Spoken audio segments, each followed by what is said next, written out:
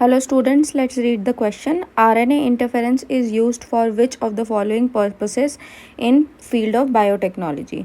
To develop a pest resistant plant against infestation by nematode, to enhance the mineral usage of the plant, to reduce the post harvest losses, to develop a plant tolerant to abiotic stress. So let's look at the key concept. The key concept here will be RNA interference or RNAi. So this is basically a process, a biological process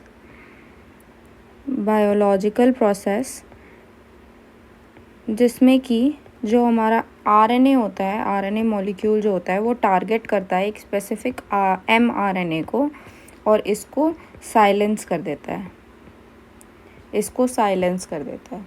ठीक है. And दस this helps in silencing specific jeans. अब जो भी specific gene होगा जिसका भी specific gene होगा ये वो साइलेंस हो जाएगा, जिसके वजह से हमारा जो RNA जो भी जीन है वो एक्सप्रेस नहीं कर पाएगा. तो ये वाला जो प्रोसेस होता है ना, ये वाला प्रोसेस यूज़ होता है हमारा to silence specific genes in paste.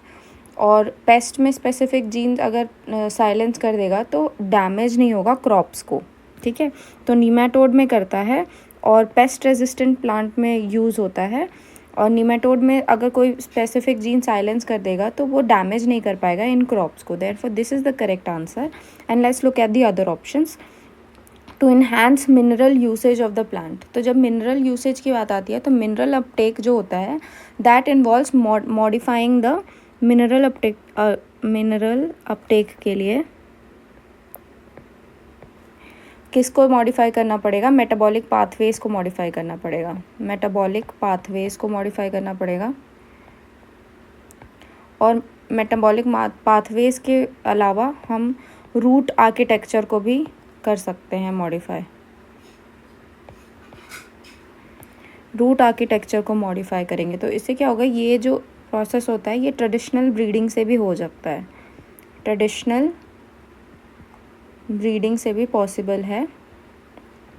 And that is why RNA interference is not required. So this option becomes incorrect. Second is to reduce post harvest losses. तो पोस्ट हार्वेस्ट लॉसेस जो होता है ना, improving the storage condition. Post harvest losses जो होगा वो control हो सकता है किससे? Improving the storage condition improve करने से. और उसके लिए कोई स्पेसिफिक RNA इंटरफेरेंस के टूल्स की ज़रूरत नहीं पड़ती है. ओनली पोस्ट हार्वेस्ट लॉसेस अगर किसी पेस्ट से हो रहे हैं तो उसके लिए हम RNA इंटरफेरेंस यूज़ कर सकते हैं, but not specifically post harvest losses, क्योंकि वो एक बहुत बड़ा टर्म है. तो this option also becomes incorrect. Fourth is to develop the plant tolerant to abiotic stress.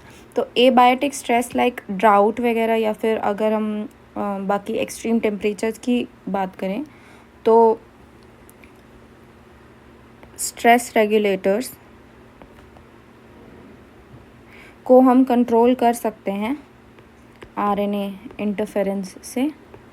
But इसके अलावा भी बहुत सारे मेथड्स हैं जिससे हम स्ट्रेस रेगुलेटर्स को कंट्रोल कर रहे हैं. तो this is not the primary method. Okay, therefore the correct answer is option A. I hope आपको